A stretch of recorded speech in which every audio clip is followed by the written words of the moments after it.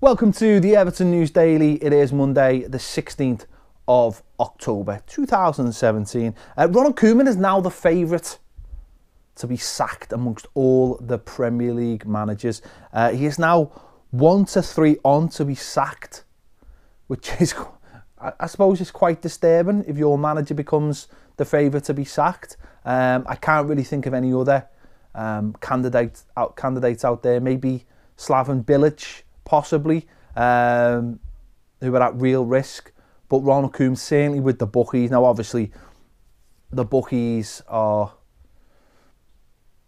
using odds basically because of people putting bets on. But, you know, they're also quite canny, and they'll know, they'll get a sniff of things, they'll get a good idea of things, and obviously they've put him at a very, very short price, so basically people can't make any money on it if he does go.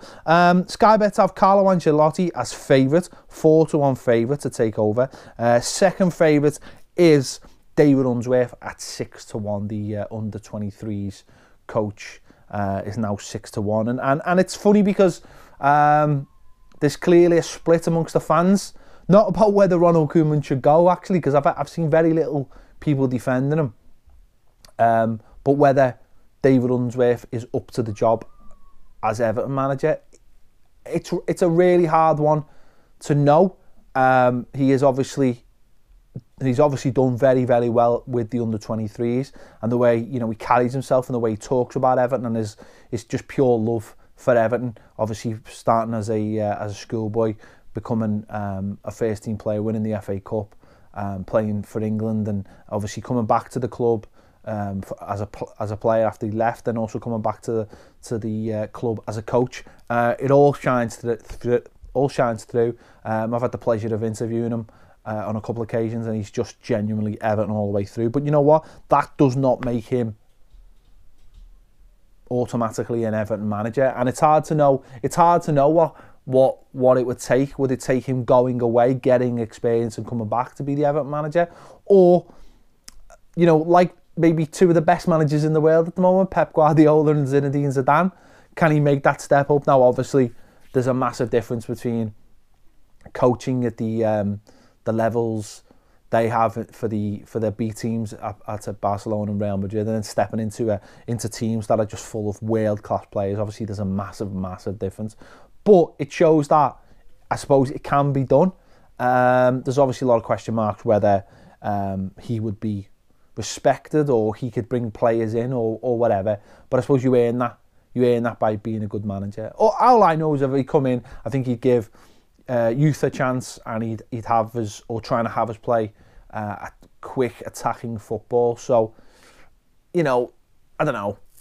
What would be great if the manager did leave, and I'm not sort of advocating it right here, maybe Carlo Ancelotti coming in for a year, working with David Unsworth, and maybe David Unsworth taking over from him eventually.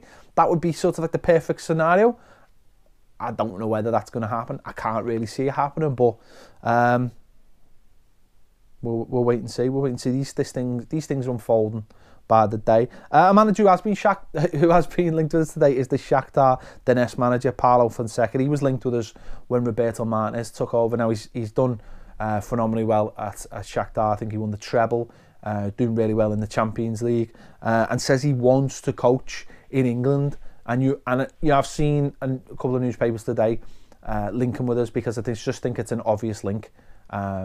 There's a manager everyone feels is under pressure. There's a club that people feel is ambitious, and there's a manager who looks like he's an ambitious kind of manager as well. So, interesting possibilities. But, you know, the manager, Ronald Koeman, is still in charge, and we'll wait and see whether he can turn it round. I mean, I hope he turns it round. I really do.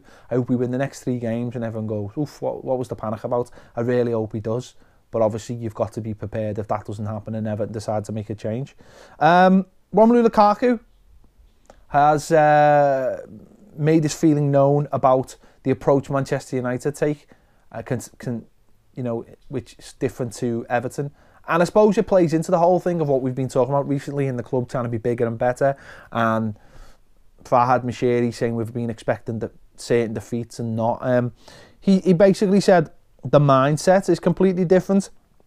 He said, every time I played for Everton, we had a different mindset coming into the game, referring to the Liverpool game. He said, sometimes it was difficult when you play against the top teams and you play not to win and not really create chances.